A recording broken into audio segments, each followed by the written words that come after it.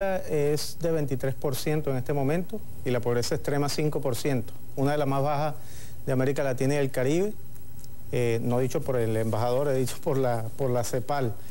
Así que desde ese punto de vista, digamos, los logros sociales son incuestionables del gobierno bolivariano. En segundo lugar, el diálogo. Bueno, el presidente de la República, la máxima autoridad, jefe de gobierno y del Estado, ha llamado a los sectores que han reiteradamente dicho que es necesario un diálogo, los ha llamado al Palacio de Miraflores a conversar, a exponer sus ideas, y no han asistido los principales líderes de la Mesa de la Unidad Democrática. Eso llama mucho la atención. Incluso yo, que he sido crítico de la CONFIEP venezolana, que se llama Fedecámara, incluso el presidente de Fedecámara fue anoche a la reunión y hizo su planteamiento y se le escuchó con todo respeto. Los estudiantes han sido convocados, la Mesa de la Unidad ha sido convocada, no asistieron. Entonces hay que ver qué tipo de diálogo quieren ellos y bajo qué condiciones.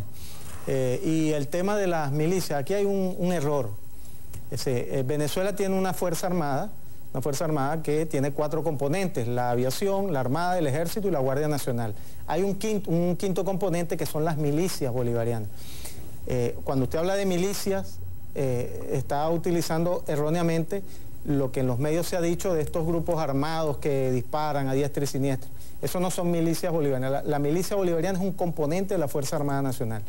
Ahora, grupos armados que, lo dije la otra vez, que en nombre de la revolución o en nombre de la oposición salgan a disparar, tienen el rechazo del gobierno nacional y se les aplicará la ley, lo he dicho varias veces. Otro tema interesante, el presidente Maduro ganó con 2 puntos las elecciones de abril del año 2013. Recuerde usted que el 8 de diciembre del año 2013 hubo elecciones municipales donde el chavismo ganó 270 municipalidades de 335 y una diferencia de voto de 1.500.000. Es decir, hubo una recuperación sustantiva en la votación chavista al 55%, lo que quiere decir que hay un sólido respaldo popular al gobierno del presidente Chávez, del presidente Maduro. Yo quisiera hacer una pregunta, si a ver, doctor, si es posible. Las milicias, entonces, con armas o sin armas, están dentro de la población y pueden actuar como fuerzas de contraofensiva antiprotesta. Primera pregunta, repregunta. Y la segunda es si el gobierno del señor Maduro no sabe qué quiere dialogar la oposición sabe sobre lo que quiere dialogar el presidente Maduro. Bueno, esta última pregunta. El diálogo de la oposición, es que yo lo dije la vez pasada, el diálogo de la oposición no puede ser bajo la condición de que el presidente renuncie. El presidente fue electo hace 10 meses apenas. Ganó por 2 puntos, está muy bien, pero el 8 de diciembre se ganaron 75% de las municipalidades. Eso es una muestra del respaldo popular del presidente. Repito, si quieren salir del presidente, los mecanismos constitucionales, referéndum revocatorio, recojan la firma, convocan el referéndum y lo tienen que ganar. Si lo ganan, se va el presidente; si no lo gana, se queda. El tema de las milicias. La milicia, repito, es un componente de la Fuerza Armada. No es que la gente tiene el fusil en sus casas. Ellos van a los cuarteles, reciben entrenamiento para la defensa integral de la nación, no es en hechos de protestas. Para eso están los equipos antimotines, la Policía Nacional, etcétera, que atiende esas contingencias. La milicia solo opera en situaciones, por ejemplo, de invasión extranjera o de defensa integral de la nación. Hay que tener eso claro, porque se ha pretendido decir que las milicias son estos grupos que se denuncia que disparan a diestra y siniestra. No es así. La milicia es un componente organizado de la Fuerza Armada que se utiliza para la defensa integral del Estado. Gracias, embajador. Vamos con 2 preguntas del público, mi estimado Rafael, y seguimos con su interrogante. Hola, buenas noches. Buenas noches. ¿Aló? Sí, bienvenida. ¿Su nombre y de dónde nos llama? Mi nombre es Carmen Chávez y llamo del Agustino. A ver, doña Carmen, le escuchamos. ¿Qué tal? Mi saludo primero al embajador de Venezuela. Bueno, yo creo que si el embajador estuviera en el papel de los estudiantes, como soy yo acá en Perú, él, creo yo, que se levantaría contra su gobierno de ver, cansados de ver tanta corrupción y no ver un futuro para su país. ¿Cree que él no haría lo mismo? Vamos a que se ponga en el papel de nosotros como estudiantes. No tenemos un futuro. Acá en Perú tal vez sí, pero allá en Venezuela no. Gracias, Carmen, muchas gracias. Voy a hacer extensiva la pregunta antes de la siguiente llamada. El embajador parece que la quiere responder. Bueno, no entendí mucho la pregunta, pero... ¿En algún momento usted se ha puesto en el papel de los universitarios que protestan y sienten que no tienen un futuro en Venezuela? Claro, sí, yo soy profesor de la universidad. Antes de venir a cumplir misión diplomática, acá daba clase en la Universidad Central y en la Universidad Bolivariana de Venezuela. El gobierno bolivariano construyó 30 nuevas universidades, la matrícula estudiantil de 200.000 a 2.500.000. Es decir, el gobierno bolivariano ha garantizado la posibilidad de que la mayoría de los jóvenes tengan la posibilidad de estudiar gratuitamente. ¿Y por qué son los universitarios los que salen? Perdóneme, embajador. Es importante decir que los que han manifestado son los universitarios de la oposición. No es todo el movimiento universitario el que se manifestó el 12 de febrero, porque los que están protestando ahora en los 15 municipios que he dicho, con bloqueos, lo que nosotros llamamos las guarimbas, son protestas de tipo ideológica. Son protestas de tipo política, no son reivindicativas por razones universitarias o estudiantiles. Muchas gracias, Rafael. Sí, el señor Nicolás Príncipe, por la vía telefónica, sostuvo que los medios distraen en esto y que el Grupo El Comercio, sobre todo, le dedica portadas y páginas y fotos y en las redes también y distraen. Pero le digo al señor Nicolás Príncipe que nuestra vocación es ir a la verdad, ir a fondo. Saludo la presencia del embajador Alexander Yanes porque él mismo desea los teléfonos abiertos, lo cual es una vocación democrática importante. Cuando invitamos a muchos políticos peruanos, lo primero que esos políticos dicen, yo voy a tu programa, pero que los teléfonos no funcionen. O sea, quieren ellos no someterse a la interpelación ciudadana, como hoy ha aceptado el embajador Yanes, esta interpelación periodística. Y mi pregunta va a lo siguiente, embajador. Leopoldo López, aquí se dice mucho, nos dan una serie de verdades, pero yo quiero la verdad que tiene el embajador y así sopesar nosotros y buscar el equilibrio.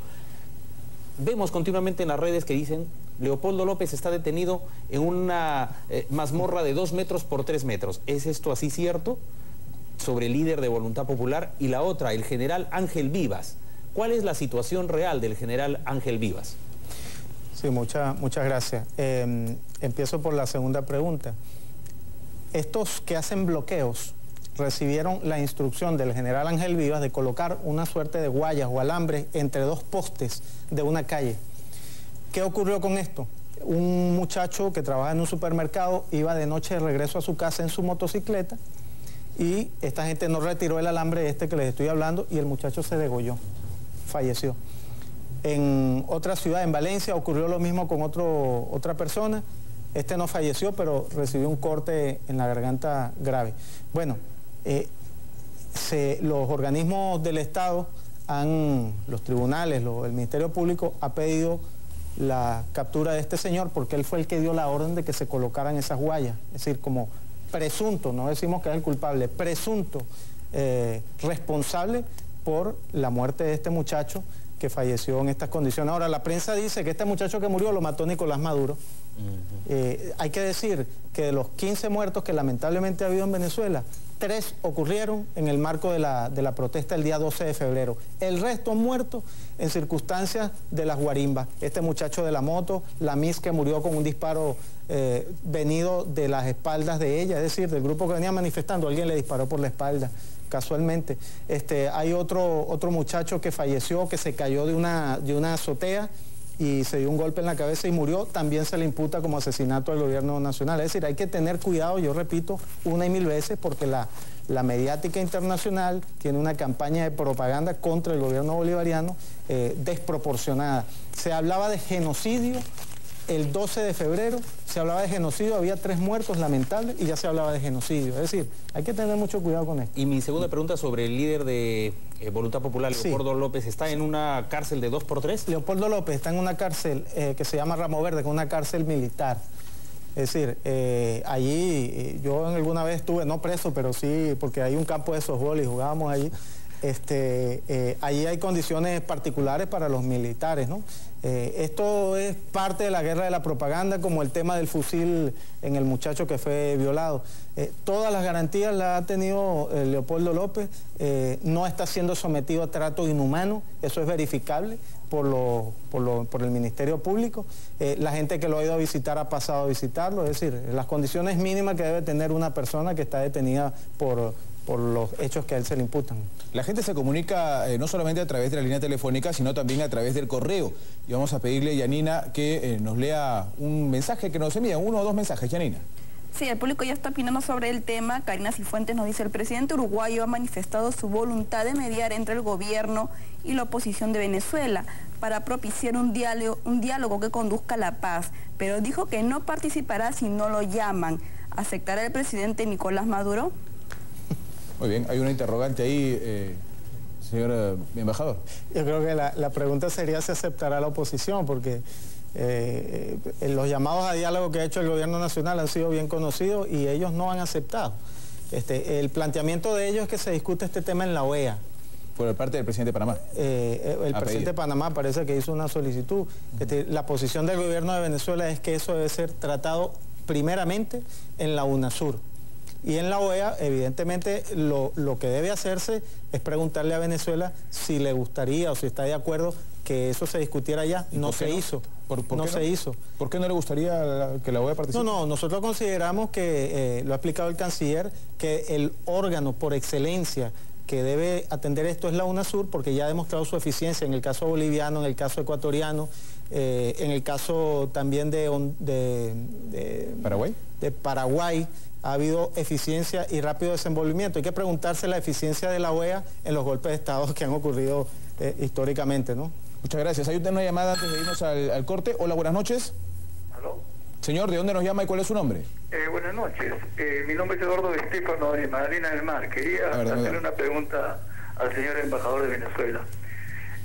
Señor embajador, he sabido de que las mayores refinerías en Estados Unidos están en Texas y Venezuela tiene la mayor cantidad probada de reservas de petróleo y gas y en fin.